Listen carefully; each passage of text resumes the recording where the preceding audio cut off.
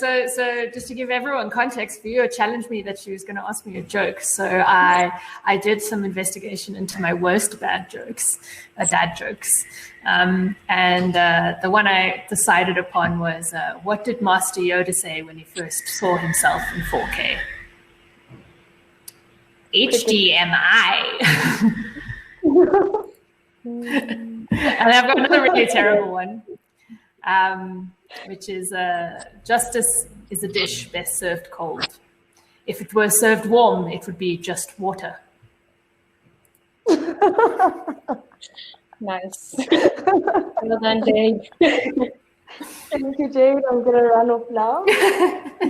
Just for you, Vuya. No, I loved it. Thank you. Cool. So we start, Jade. Yes, so we're going to do a fun thing today. I've got two fun things. The first fun thing is someone's trying to start their car outside, so apologies if there's any background noise. The second thing is that we're playing this game. Usually we do this talk in the same room, and then, different people can move to the laptop at the different slides. And when we designed this talk, we were going to be in the same room, so it was very back and forth. So occasionally I have to shout to Chantelle to switch the slides, so apologies about that.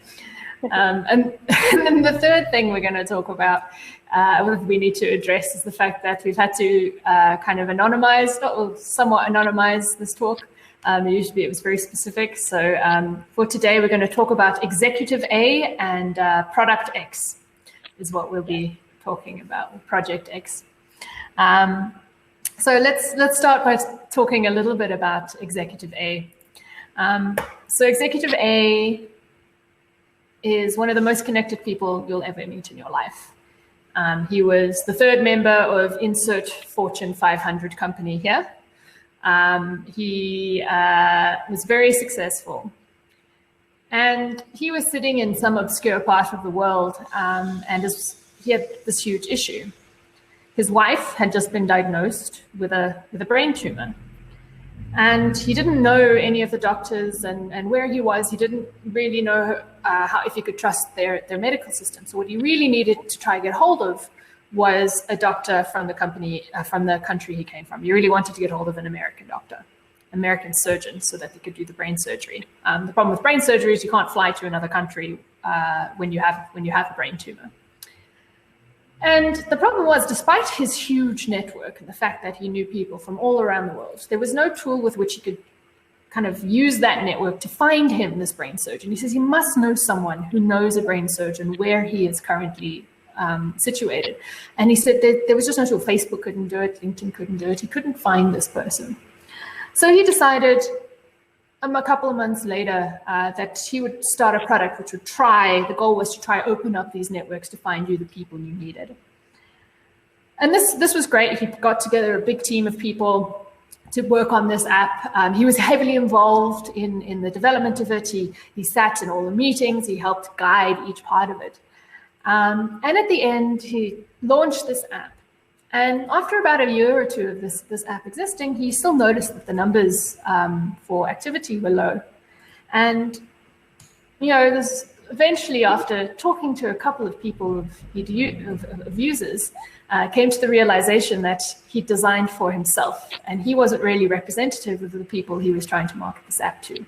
They don't necessarily have a large network like he does. They don't necessarily care about the same things. And that's when they called us up and said, hey, we've come together, we've decided that we're going to pivot the app. We've got a client. We want to really focus in on their needs. And we really want to learn to understand them a lot more.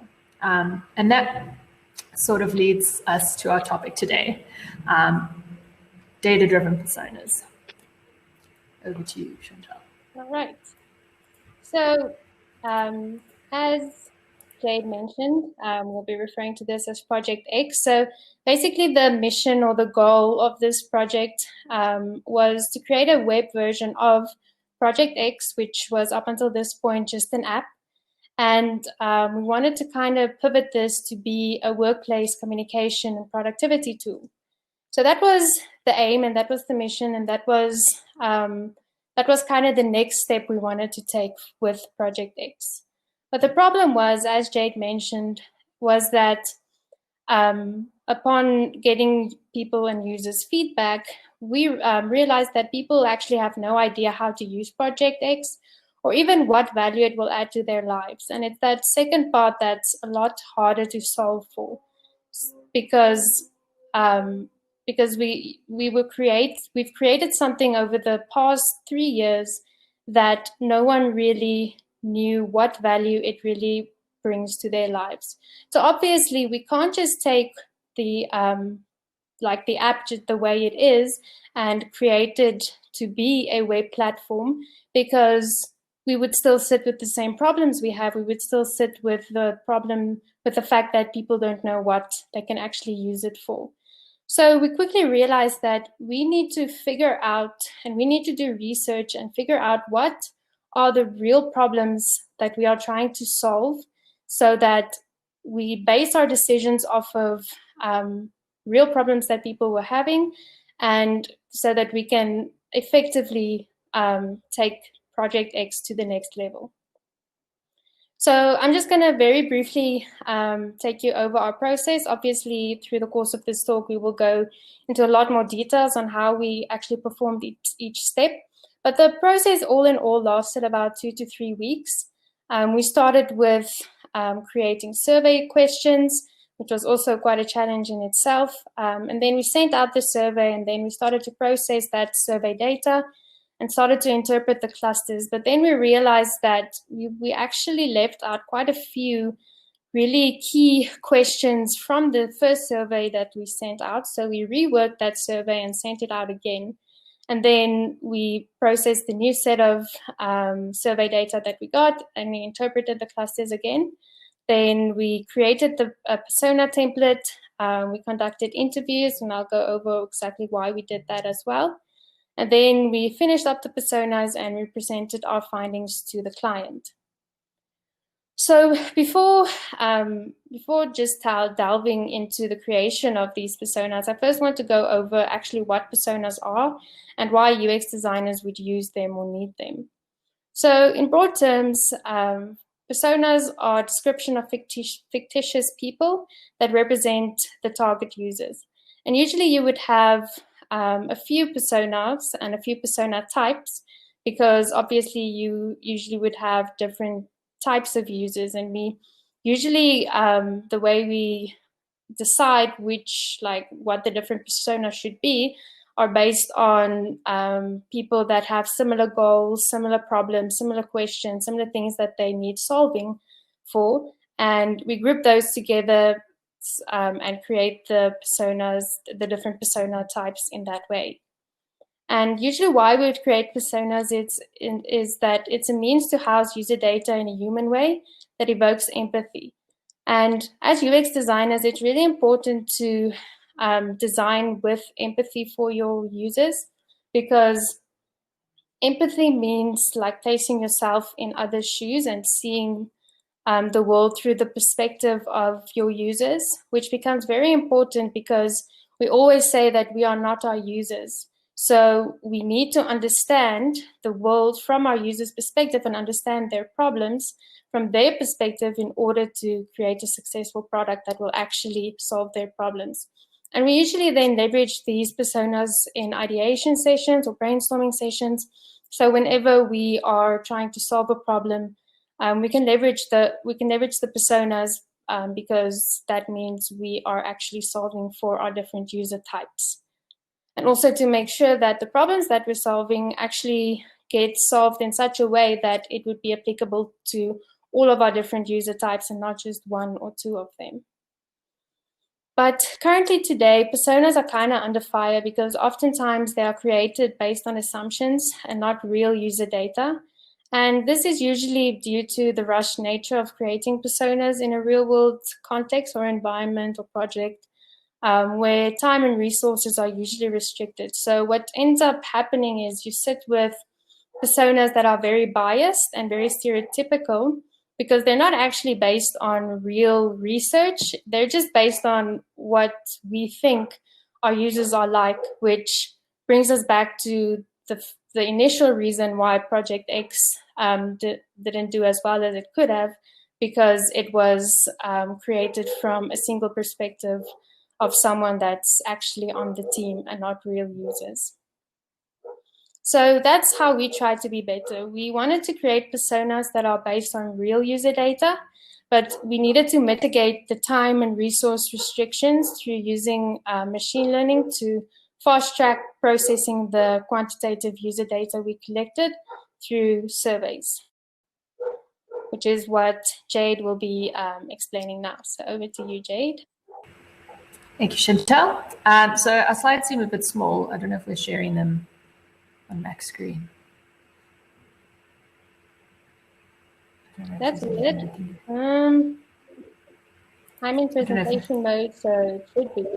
Yeah. Yeah. I wonder if it's just because two of us are on here at the same time. I can't tell from the audience. If the audience can't see, let us know. Yeah. Maybe try a quick reshare. Oh, we go back on. Okay, cool. I'm just gonna stop sharing. And then I just wanted to say, no, the screens are perfect. We can see it properly. Oh, cool. Okay, yeah, great. 100%. Hopefully I can see it properly so I know what we're talking about. Okay, cool. So back. Okay, great. Thanks for you.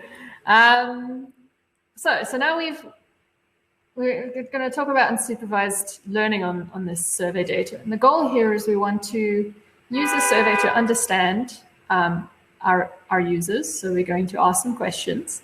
And then the goal of unsupervised learning is to kind of summarize that. So let's say you send the survey out to 1,000 users. You can't look at 1,000 data points. So what we're going to do is trying to understand how we can cluster these users into different groups and then eventually build personas from those. This is me pointing for the next slide. So we sent out the survey and our kind of main focus at the time was understanding the demographics of the client, understanding people's behavior in the workplace, how they make decisions, their work-life balance, how they feel about the tools that they use. Are they overwhelmed? Do they feel uncomfortable? And overall, how they interact with their colleagues. Yeah, it's a bit small. So hopefully you can zoom in. I don't know why it's doing that. So with this, we sent out the survey, and all the results came back. We got over 100 responses, which was really, really helpful, and hopefully that would be quite a wide group of users. And now we want to kind of understand the inherent structure. So went and had to look through all these data points, and we had about 20 questions. I think they would have gone mad. And you're kind of susceptible to a number of your own biases and which data points you choose to be representative of the users. So instead, we resort to something like unsupervised learning. Unsupervised learning is a type of machine learning which is used to discover unknown patterns in data. The idea is that given data, we run these algorithms, and it yields a structure, an underlying structure that we may not have been able to see before. This is me switching slides. So in this example, although here they want to fix the slides again. I don't know if I should pause. Okay. Some people still say it's small. Waiting for video. Shall I try share, Chantelle? Sure. I wonder if it's just because two of us are on at the same time. Yeah, I can stop sharing. There we go. Good to go.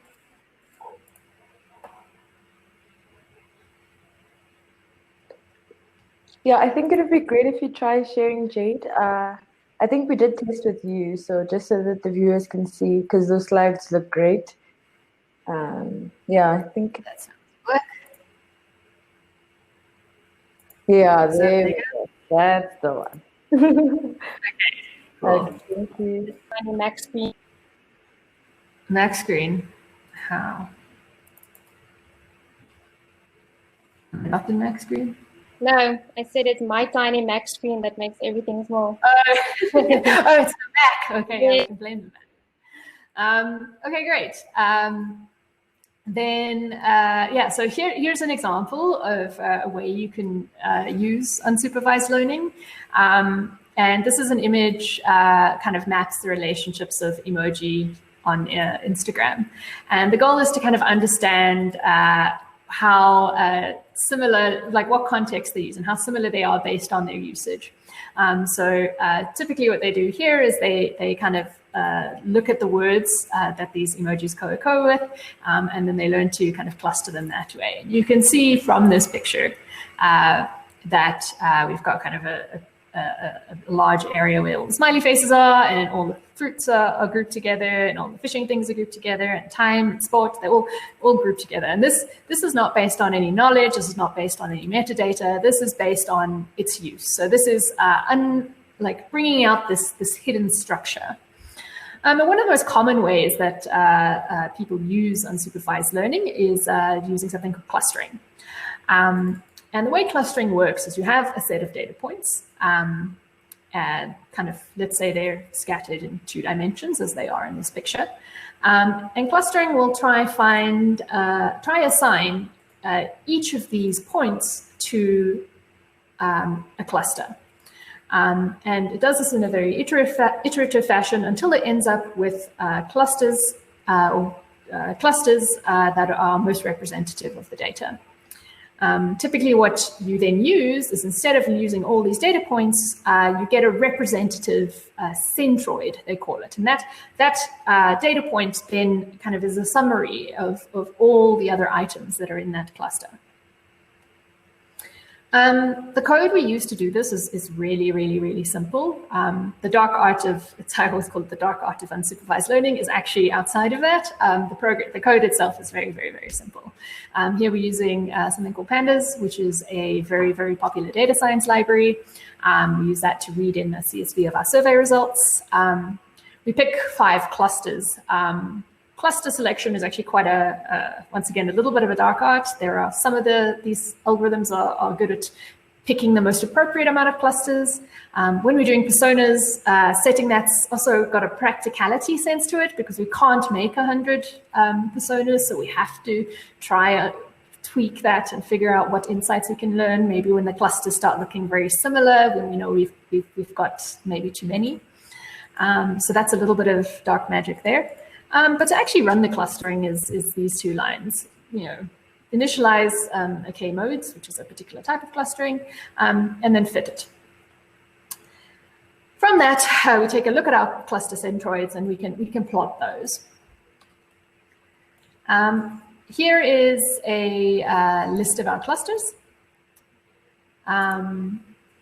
So kind of hard to see, so we'll do a little bit of a zoomed in view. Here we experimented with 4, 5, 6, 7 clusters. I think this one's one we did with 6 clusters. And each of the columns represents a cluster. Each row going across represents a single question from our survey. And each of those little graphs, which is quite cumbersome to read, each of those little graphs represent the distribution of answers. Within that, you could have, instead of having this little graph, we could have picked the most common one. So what was the most answered answer for that question in this cluster? But that doesn't really give us a full view. This can kind of tell us which, are these questions, or how are they divided between the users? So this is sort of what pops out, and now we need to, and you may say, oh, this doesn't look like much of a summary, but actually we can interpret this in quite a number of useful ways, which I think Chantelle will get to. So here's a little bit of a zoomed in view of 3 of the questions. The first question is, are you a senior, intermediate, or junior? And we'd had a number of roles, developers, designers, etc. Our client was another dev company. So we asked people to pick which one they were. The next one was, do you see yourself as a firefighter, a manager, or a builder? So builders are people coding, firefighters are the people called in to sort out all the problems, and managers are the ones leading the teams. And the last one was, if you had your way, would you rather be a builder, a manager, or a firefighter? So we picked up on these questions, which actually I think in the long run didn't turn out to be as impactful. Actually, maybe they were as others, and it was actually a really weird question we decided to ask, and I think it gave us some interesting insight. So as sort of an example, our first cluster is majority intermediate developers who see themselves as firefighters but would rather be builders. And I know for myself, I resonate with that one a lot. And sometimes I feel like I'm always fighting fires and I'd rather be writing code. And then you get this other group of junior people. So I think it's the fourth cluster. And you can see there that you've got junior developers or designers or administrators. And there's they see themselves as builders. And if they had their way, they would be builders. So clearly a very comfortable cluster. So you can start to see maybe there's some meaning. And this is only 3 of the questions. We had about 20 or 25.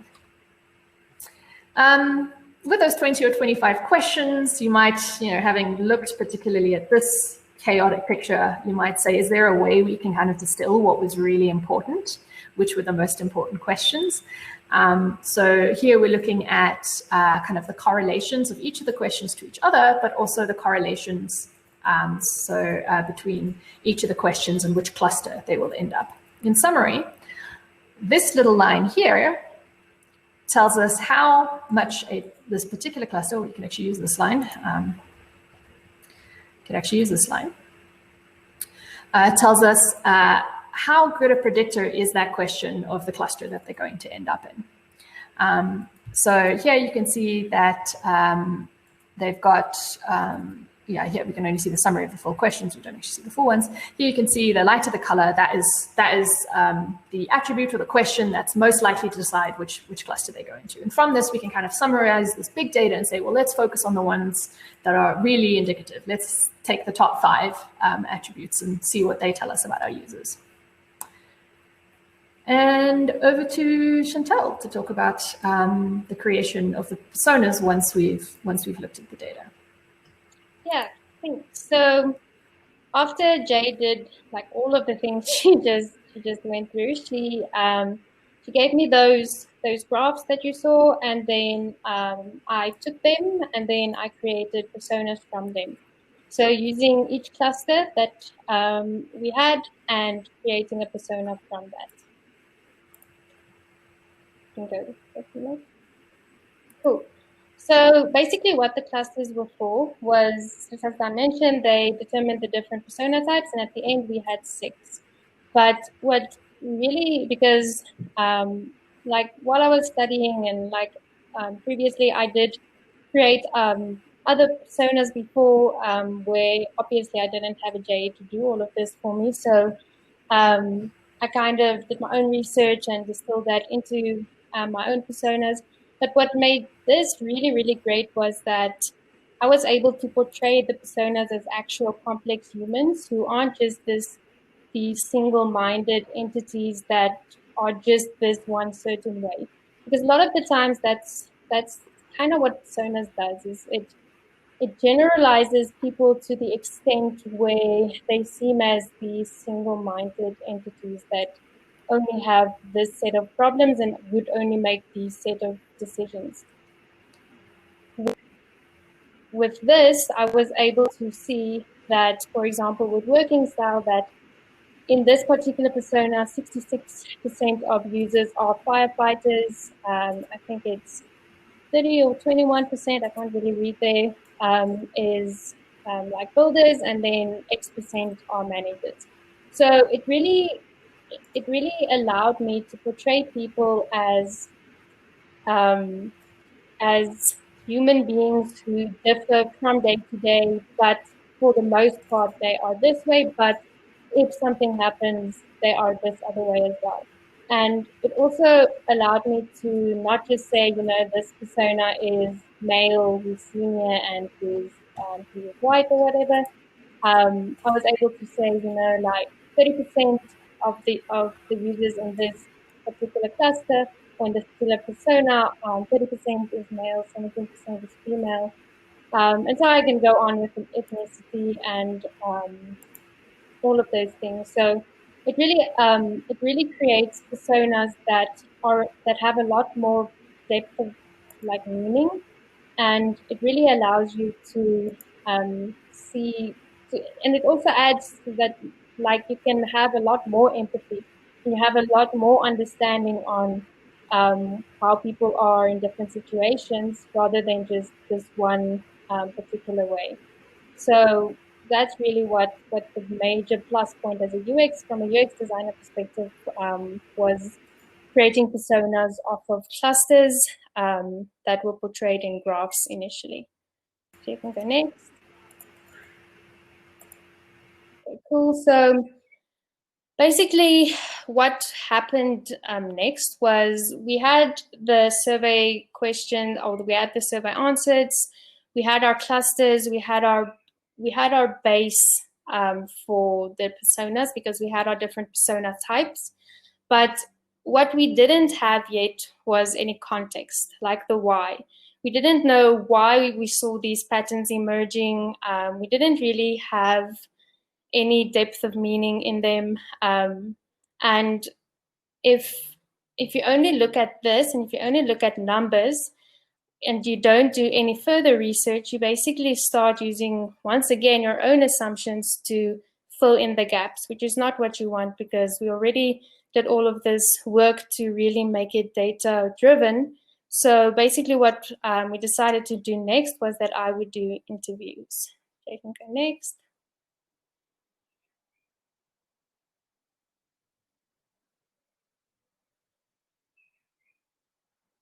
So with the interviews, what we tried to learn was why we saw the patterns emerging in the clusters. Obviously, we had a bunch of, because that's just how things go. It's like this type of research is also an iterative process, because as you learn new things about your users, you develop new unanswered questions based on the insights. So the interviews really allowed us to also ask new questions and to probe for more specifics on the problems that people face in the workplace that affect their productivity, and also exactly how it affects their productivity, not just that it affects their productivity. And what Jade just showed with like knowing which questions were really instrumental in determining a cluster meant that in the interviews, I repeated some of the questions we asked in the surveys, so that I know after I did the interview with this person, that this person would actually fit into this particular persona based on some of the repeated questions that we also asked in the survey, so that we know what qualitative data that we're gathering fits within what persona. Okay, next. So that really, the interviews, I think at the end of the day, I did interviews with probably between 20 to 25 people. And it allowed me to include a lot more qualitative data to supplement our quantitative data. It allowed me to add a lot more depth in the personas. So on the right, you can see that's what the overall persona looked like. But these interviews allowed me to gauge what people's goals and motivations were, their frustrations and workarounds, their unanswered questions, their reasons to return, as well as their background.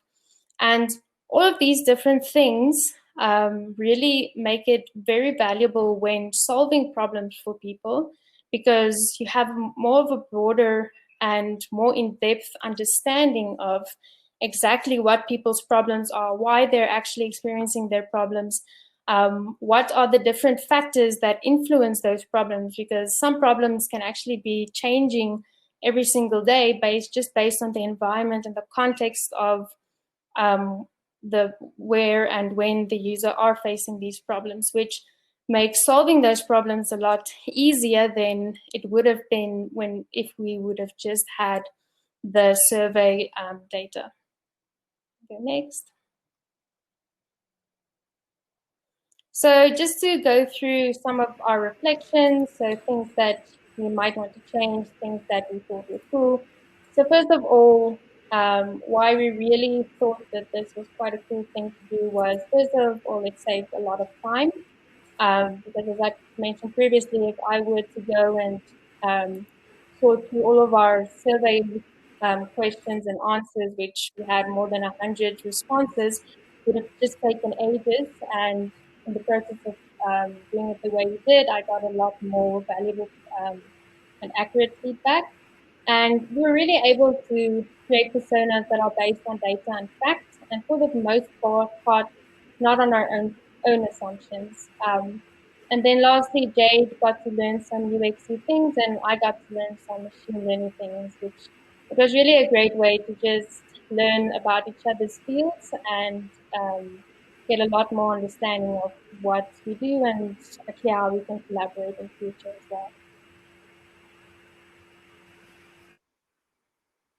And with that, there are some cautions or some reflections on some of the things that we could or should think about very carefully. So as I said a bit earlier, unsupervised learning is a bit of a dark art. You don't know how many clusters are really there. There are many types of clustering algorithms. Which one is really good for your data?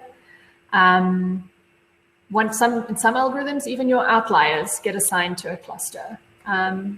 And what we should have been doing really is trying to identify outliers and kind of create personas for those outliers, because outliers are very important. Outliers represent minority groups quite often. Outliers represent the edge of what your platform needs to support.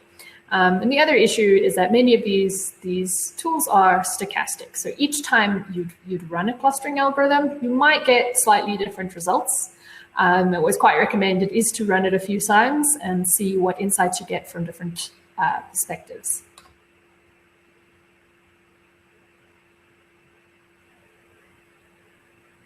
Was I doing this slide or you?